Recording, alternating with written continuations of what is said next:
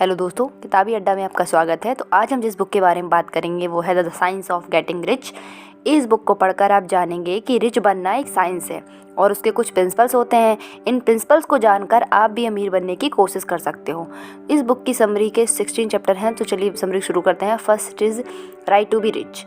Writer कहता है कि सबको अमीर होने का अधिकार है और हमें इस बात को अच्छे से अपने दिमाग में बिठा लेना चाहिए, फिर चाहे हम मिडिल क्लास में पैदा हुए हों या पुअर क्लास में, सबको अमीर बनने का अधिकार है। यह सोच दिल से निकाल दें कि केवल एक लकी लोग ही अमीर बन सकते हैं। आपकी अमीरी का रास्ता इस सोच से ही शुरू होगा।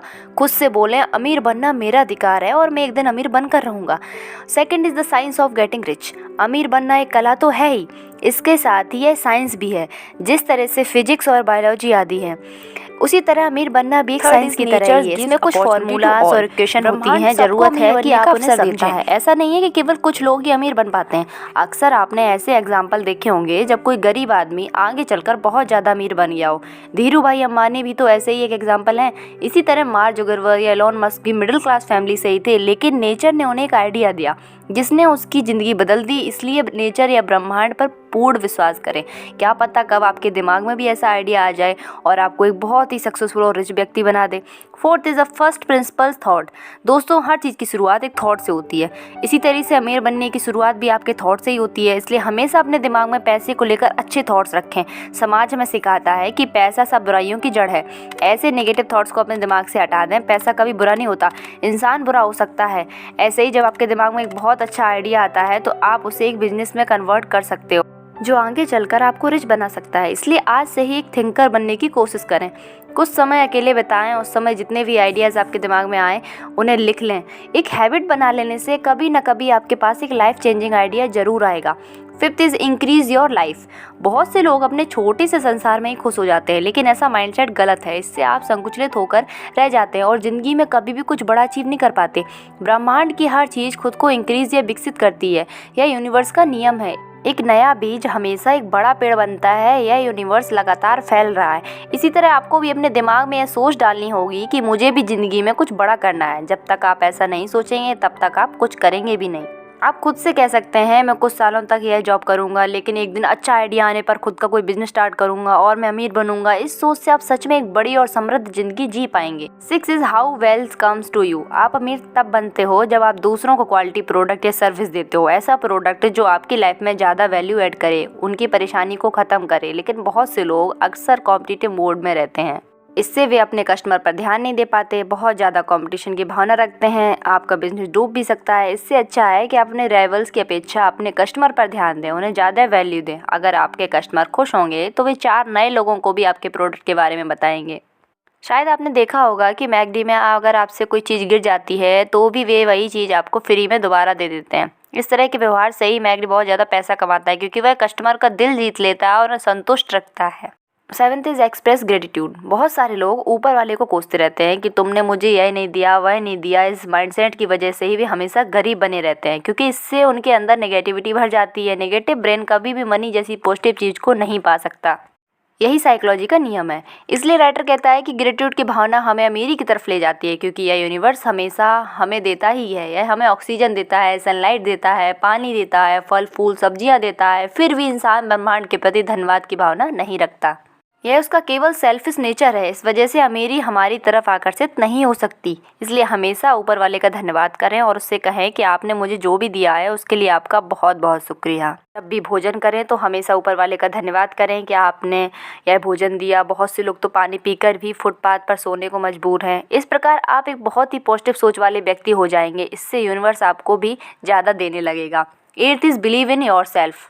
कभी भी खुद पर डाउट ना करें, खुद पर पूरा विश्वास रखें। जब भी कोई बिजनेस शुरू करें तो खुद से कहें मेरा यह बिजनेस धीरे धीरे सफल जरूर होगा। मुझे खुद पर और ऊपर वाले पर पूरा भरोसा है। अगर शुरू में बिजनेस अच्छा ना भी चले तो भी हतोत्साहित ना हो जाएं, बल्कि आप यह देखें कि ऐसी क्या चीज़ है जिससे आपका बिजनेस आगे नहीं बढ़ पा रहा है।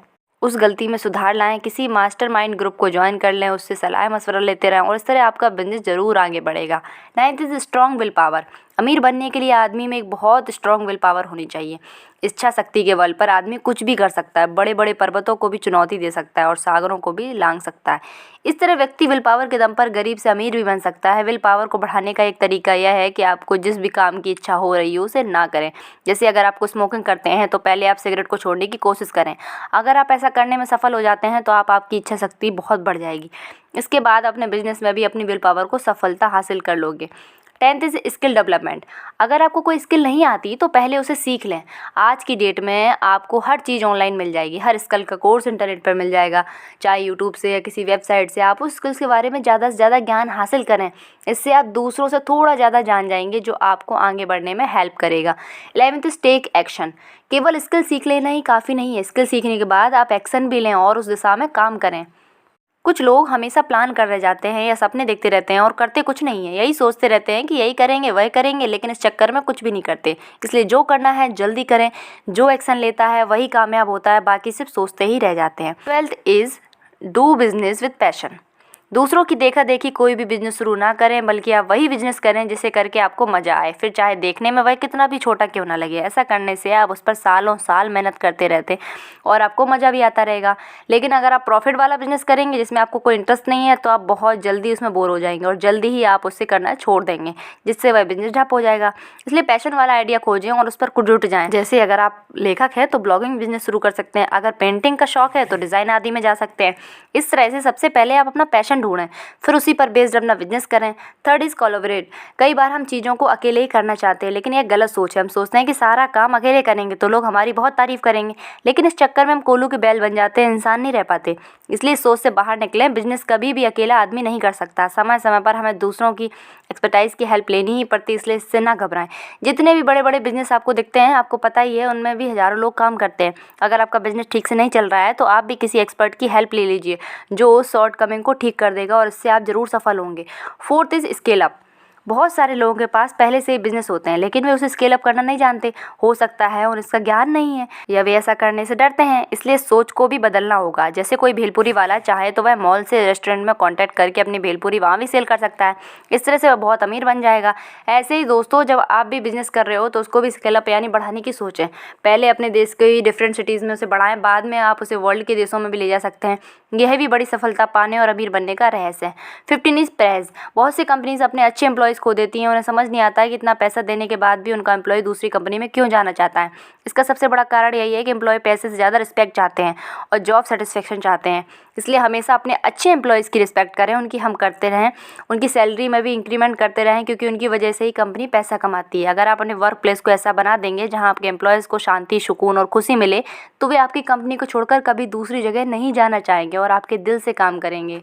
16 इज डोंट ओवर थिंक। कुछ लोग बहुत ही ज़्यादा सोचते रहते हैं। वे सोचते हैं कि जब अनुकूलित परिस्थितियाँ होंगी तभी वे किसी काम को शुरू करेंगे। लेकिन दोस्तों, ज़िंदगी में कभी भी आइडियल सिचुएशन नहीं होती। हमेशा कोई ना कोई दिक्कत या परेशानी जरूर रहेगी। इसलिए परफेक्ट टाइम या मूड का इंतजार ना करें, बल्कि जो भी काम करना है तो तुरंत शुरू कर दें। शुरू में हो सकता है काम बिल्कुल परफेक्ट ना चले, लेकिन इससे घबराने की ज़रूरत नहीं है। लोगों का फीडबैक लेते रहें और काम में सुधार करते रहें। धीरे धीरे आप देखेंगे कि आपका काम ही बिजनेस परफेक्ट हो गया है। तो इस तरह से आप ऊपर दिए गए सभी साइकोलॉजिकल प्रिंसिपल को अपनी ज़िंदगी में ज़रूर इम्प्लीमेंट करें। इससे आप एक दिन ज़रूर सक्सेसफुल और रिच बनेंगे। Thank you.